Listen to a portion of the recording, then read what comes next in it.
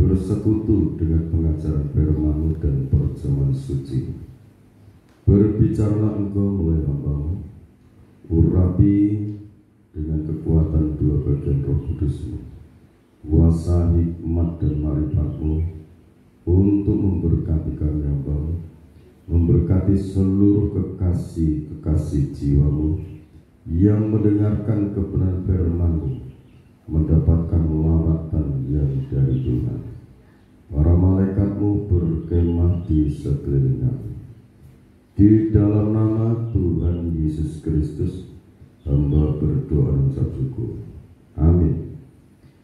Puji Tuhan, Bapak Ibu yang dikasihi oleh Tuhan Yesus Kristus, kita bersyukur atas kasih dan rahmat-Nya. Kita akan mendengarkan kebenaran firman Tuhan. Tema yang saya sampaikan ini season yang kelima, penyertaan Tuhan di tahun 2024. Kita akan membaca kitab Ibrani pasal 13 ayat 5 sampai ayat 8. Ibrani pasal 13 ayat 5 sampai 8. Janganlah kamu menjadi hamba uang, dan cukupkanlah dirimu dengan apa yang ada padamu. Karena Allah telah berfirman, Aku sekali-kali tidak akan membiarkan engkau, dan Aku sekali-kali tidak akan meninggalkan engkau. Sebab itu, dengan yakin kita dapat berkata, Tuhan adalah penolongku. Aku tidak akan takut. Apakah yang dapat dilakukan manusia terhadap aku? Ingatlah akan pemimpin-pemimpin kamu yang telah menyampaikan firman Allah kepadamu. Perhatikanlah akhir hidup mereka dan contohlah iman mereka. Yesus Kristus tetap sama, baik kemarin maupun hari ini, dan sampai selama-lamanya. Terima kasih, saudara yang dikasihi Tuhan Yesus Kristus. Mengenai ayat 5 dikatakan janganlah menjadi uang, itu artinya jangan sampai karena uang kita melakukan kejahatan, itu artinya. Tetapi kalau bekerja, mengerjakan pekerjaan dengan segenap hati, dengan penuh ketekunan, keuletan, itu bukan menjadi uang, tapi bekerja untuk diberkati oleh Tuhan, untuk mencukupi kehidupan. Sekali lagi, artinya menjadi hamba uang. Jangan sampai karena uang kita melakukan kejahatan. Selanjutnya, saudara, bagian B ayat yang ke-6 di sini mengatakan, ayat yang kelima nih, Aku sekali-kali tidak akan membiarkan engkau, dan Aku sekali-kali tidak akan meninggalkan engkau. Saudara yakin firman Tuhan ini? Tuhan tidak akan membiarkan kita. Kita tidak akan ditinggalkan. Jadi penyertaan Tuhan di tahun 2024 ini harus kita yakini. Karena apa, saudara? Kita ini hidup di akhir zaman. Kita sangat membutuhkan penyertaan Tuhan dalam hidup kita. Ayat yang ke-6, sebab itu dengan yakin kita dapat berkata, Tuhan adalah penolongku, Aku tidak akan takut apakah yang dapat dilakukan manusia terhadap aku. Kalau kata-kata Tuhan adalah penolongku, berarti kita orang-orang percaya itu suka berdoa, minta tolong kepada Tuhan. Berarti dalam Injil Matius pasal 18 ayat 20, 19, 20, ayat 19 di sana mengatakan, jika dua orang di antara kamu di bumi ini meminta apapun permintaannya akan dikabulkan, sepakat dalam doa. Ayat 20, sebab di mana 2-3 orang berkumpul dalam namaku, aku hadir di tengah-tengahmu. Saudara percaya Tuhan hadir dalam hidup keluargamu, saudara-saudaraku semuanya. Tuhan tidak akan meninggalkan kita. Tuhan tidak akan membiarkan kita. Sebab itu kita akan contoh ayat Mazmur pasal 37 ayat yang ke-5 sampai 11. Kita supaya diberikan tuntunan dalam hidup ini oleh firman. Mazmur pasal 37 5 sampai 13. Ya, silakan. Serahkanlah hidupmu kepada Tuhan dan percayalah kepadanya, dan Ia akan bertindak. Ia akan memunculkan kebenaranmu seperti terang dan hakmu seperti siang. Ya, terus. Berdiam dirilah di hadapan Tuhan dan nantikanlah Dia. Jangan marah karena orang yang berhasil dalam hidupnya, karena orang yang melakukan tipu daya. Berhentilah marah dan tinggalkan panas hati itu. Jangan marah, itu hanya membawa kepada kejahatan. Sebab orang-orang yang berbuat jahat akan dilenyapkan, tetapi orang-orang yang menanti-nantikan Tuhan akan mewarisi negeri. Karena sedikit waktu lagi, maka lenyaplah orang fasik. Jika engkau memperhatikan tempatnya, maka ia sudah tidak ada lagi. Tetapi orang-orang yang rendah hati akan mewarisi negeri dan bergembira karena kesejahteraan yang berlimpah-limpah. Terima kasih. Jadi saudara, Tuhan selalu menyertai hidup kita. Dia tidak akan membiarkan kita. Dia tidak akan menegakkan kita. Ini pegang teguh janji-janji Tuhan itu. Nah, kalau di dalam ayat 8 Ibrani pasal 13 tadi katakan, Yesus Kristus tetap sama, dahulu, kemarin, detik ini, dan sampai selamanya. Yesus Kristus tidak berubah. Haleluya. Sebab itu ini ayat mengatakan, serahkanlah hidupmu kepada Tuhan dan percayalah kepadanya, dan Ia akan bertindak menolong kita. Orang yang seperti apa yang ditolong itu? Yang hidupnya itu berpaut kepada kebenaran. Ia akan memunculkan kebenaranmu seperti terang dan hakmu seperti siang. Kalau orang itu menyerahkan hidup sepenuh kepada Tuhan, dan orang itu tetap hidup dalam kebenaran, seolah-olah kebenaran itu ditutup oleh situasi dan kondisi, tetapi Tuhan sendiri akan memunculkan kebenaran itu. Artinya Tuhan itu akan menyatakan pembelaannya untuk orang-orang yang berpegang teguh kebenaran yang dijalankan dalam hidupnya. Tuhan akan membela, Tuhan akan memunculkan, ini loh yang benar, ini loh yang jujur. Amin. Jadi hak saudara nanti akan dinyatakan oleh Tuhan.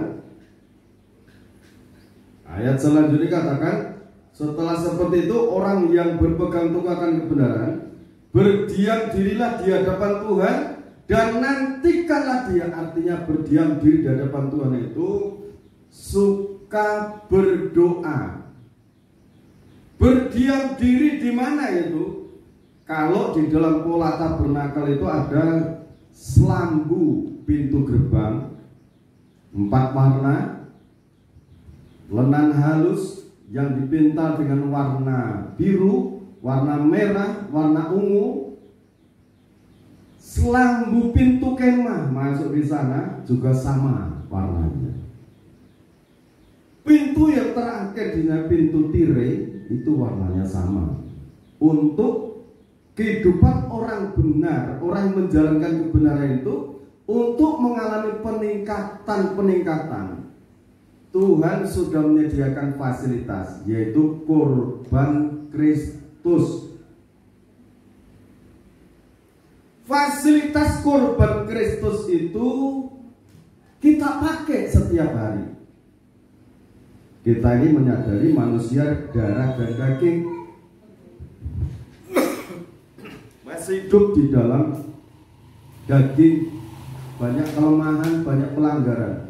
Kalau sadar salah, 1 Yohanes pasal 1 ayat 9, Allah itu setia dan adil.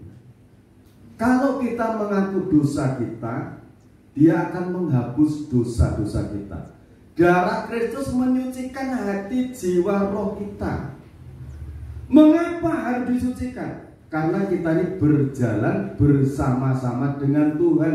Tuhan menyertai hidup kita. Amin. Sebab itu harus selalu bersih. Berdiam diri di sana, di depan pintu tirai, di sana ada mezbah dupa, artinya menyembah Tuhan, memuji Tuhan, menaikkan doa-doa syafaat, menantikan jawaban Tuhan, menantikan pembelaan Tuhan. Amin. Nah di situ jangan marah karena orang yang berhasil dalam hidupnya, karena orang yang melakukan tipu daya. Kalau ada orang yang melakukan tipu daya dan orang itu seolah-olah berhasil, tidak usah marah, karena sudah diingatkan, jangan menjadi hamba uang.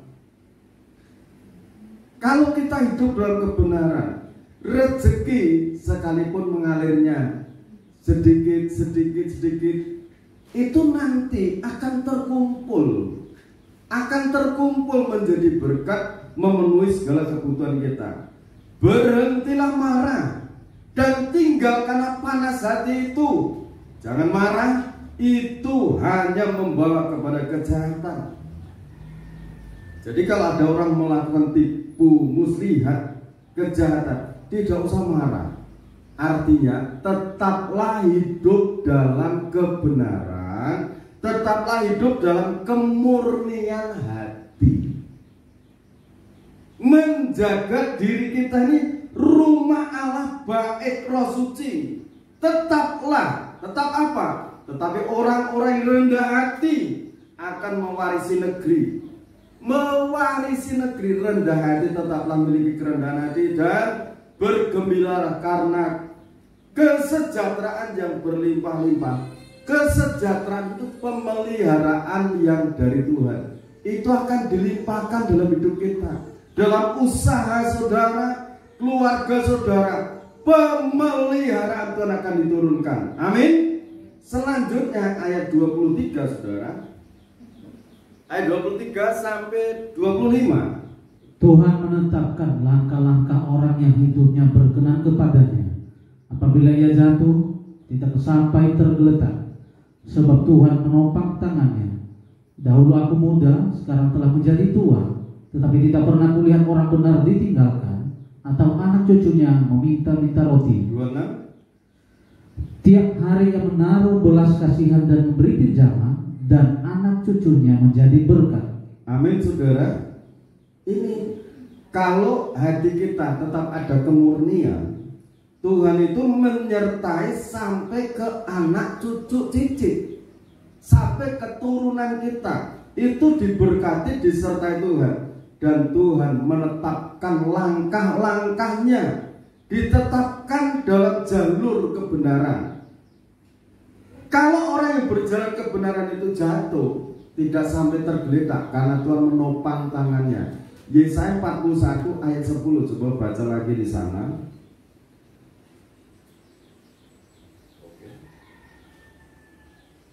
Janganlah takut, sebab aku menyertai engkau. Janganlah bimbang, sebab aku ini Allahmu. Aku akan meneguhkan, bahkan akan menolong engkau. Aku akan memegang engkau dengan tangan kananku yang membawa kemenangan. Jadi memegang hidup orang yang percaya, hidup yang yakin akan penyertaan Tuhan, dipegang tangan kanannya itu oleh tangan kanan Tuhan. Amin. Dipegang, disertai. Sekarang ayat 37 sampai 40. Kita perhatikan pelan-pelan.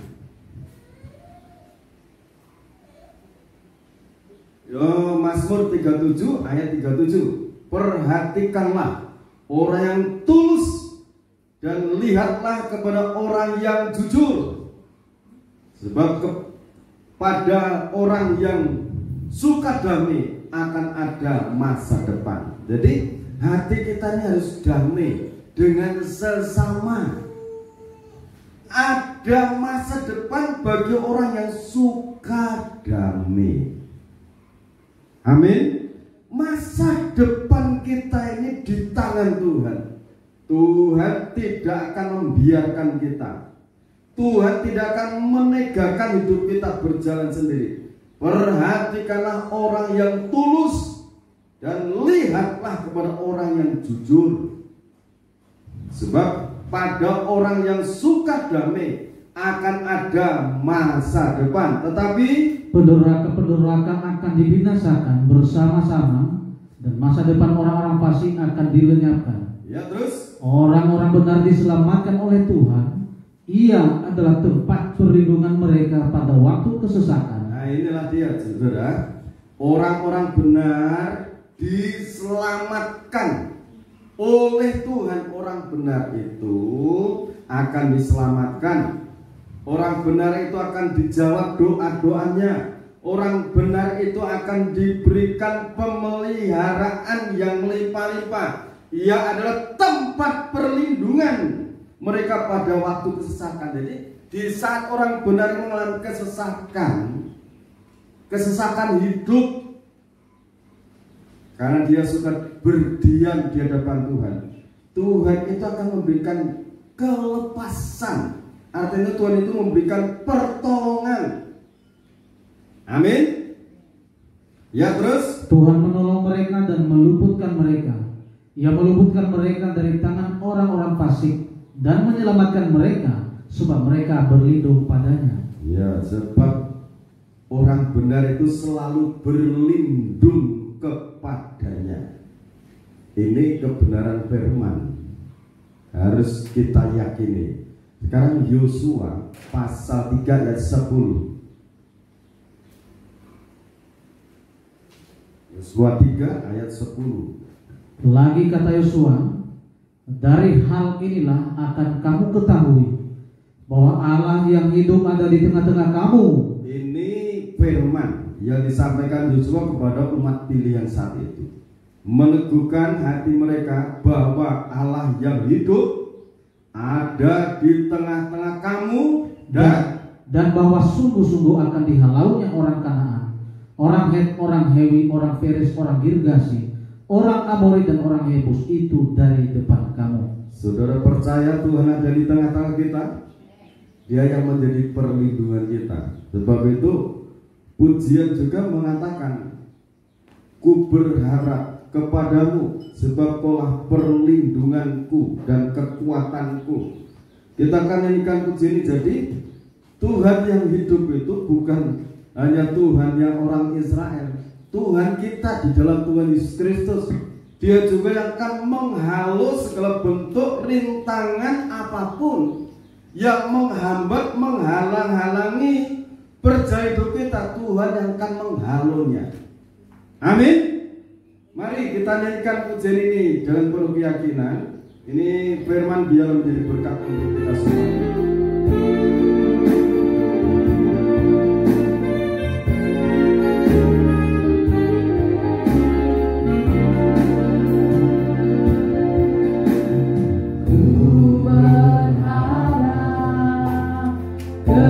Kepadamu perlindungan dan kekuatanku. Berdoa. Ku berdoa kepadamu, Kau tandu keselamatanku. Kaulah Tuhanku, Kaulah Rajaku, Kaulah benteng dan perisaiku.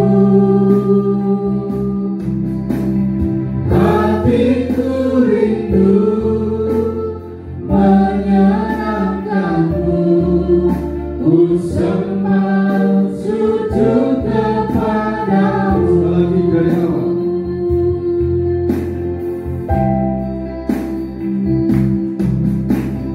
Ku berharap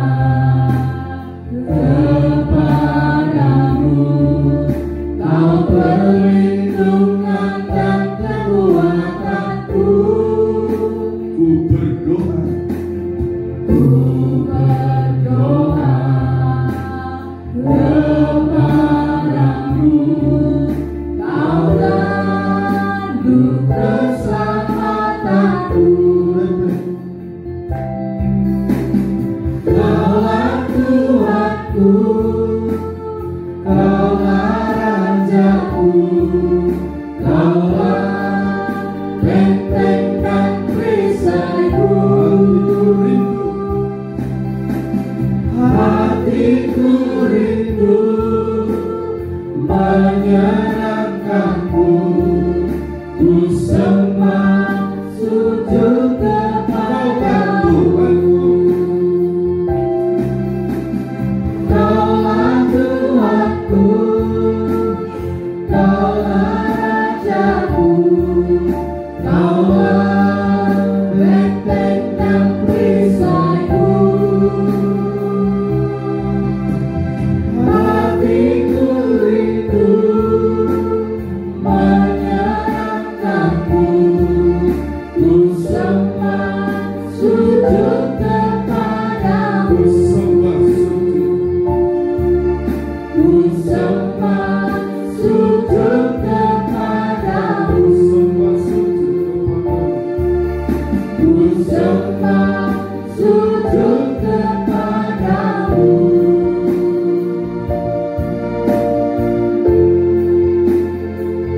Engkau yang layak disembah, Engkau yang layak disanjung, Engkau yang layak diagungkan, dimuliakan. Engkau Bapa yang kekal, Raja kami sejahtera. Kami percaya dengan kekuatan Roh-Mu yang maha hadir melawan setiap pribadi kami. Engkau tidak akan membiarkan kami, dan Engkau sekali-kali tidak akan meninggalkan kami. Tuhan adalah penolongku, Tuhan adalah pembelaku, Tuhan yang sanggup menolong kami, Tuhan yang sanggup menuntut langkah hidup kami. Terima kasih Tuhan, Kaulah Tuhan.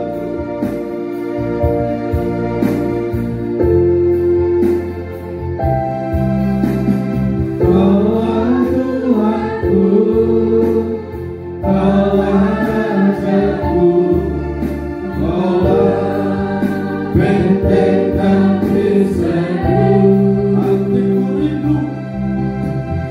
Hatiku rindu menyenangkanmu, ku sembah sujud kepadamu.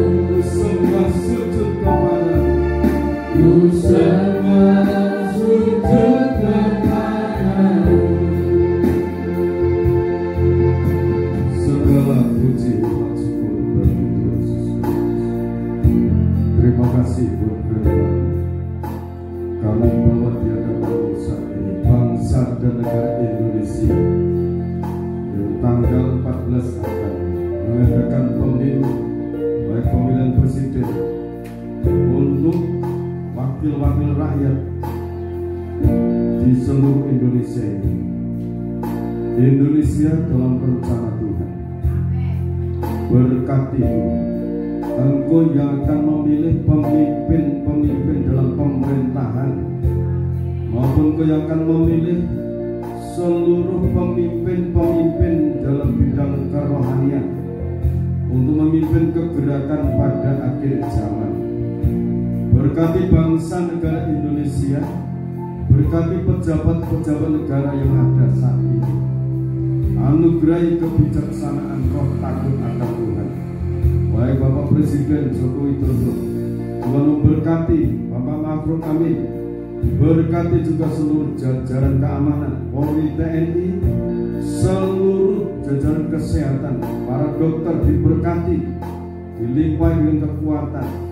Seluruh umat-umatmu yang ada di Indonesia, Tuhan memberkati. Saat ini di dalam nama Tuhan Yesus Kristus, Bapakku memberkati perjamuan kudus yang telah disiapkan oleh hamba-Mu, dipercaya oleh kuasa darah Yesus Kristus, dikuasai oleh kebangkitan Kristus. Dalam nama Tuhan Yesus Kristus, berkat anugerah, damai dan sejahtera dari tempat yang mati ini dilimpahkan dalam perjamuan suci ini. Hamba-Mu akan melayani perjamuan itu, berkati dengan kuasa-Mu. Terima kasih Bapak. Dalam nama Tuhan Yesus Kristus hamba berdoa. Ku berharap perjamuan suci ini memperingati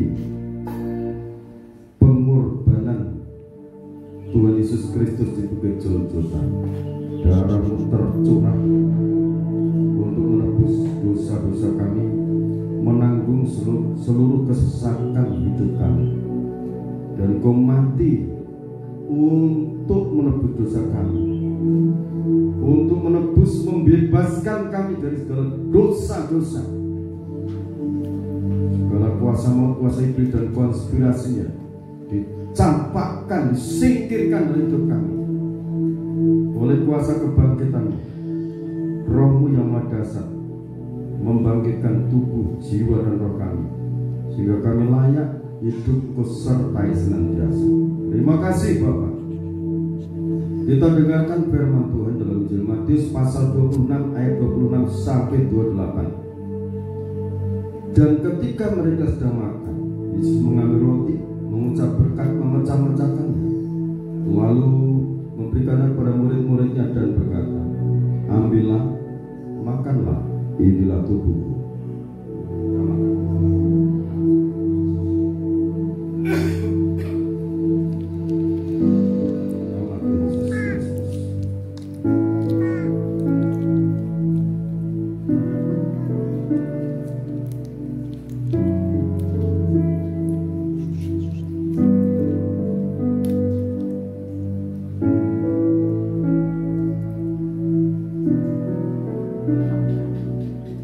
Sesudah itu ia mengambil cawan, mengucap syukur, lalu memberikannya kepada mereka dan berkata, minumlah kamu semua dari cawan ini, sebab inilah darah perjanjian yang ditumpahkan bagi banyak orang untuk pengampunan dosa.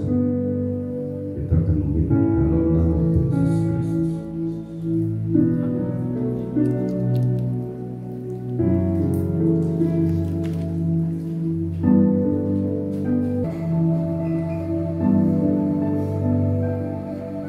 Bapak Ibu, Saudara kekasih dalam Tuhan, sekarang terimalah berkat anugerah, damai dan sejahtera dari Allah Bapa, Sang Putra dan Roh Kudus. Berkat-berkat yang terbaik, yang teristimewa dilimpahkan dalam kehidupan kita sekarang sampai Tuhan datang yang kedua kali. Tetaplah dalam naungan kasih dan rahmat-Nya. Di dalam nama Tuhan Yesus Kristus,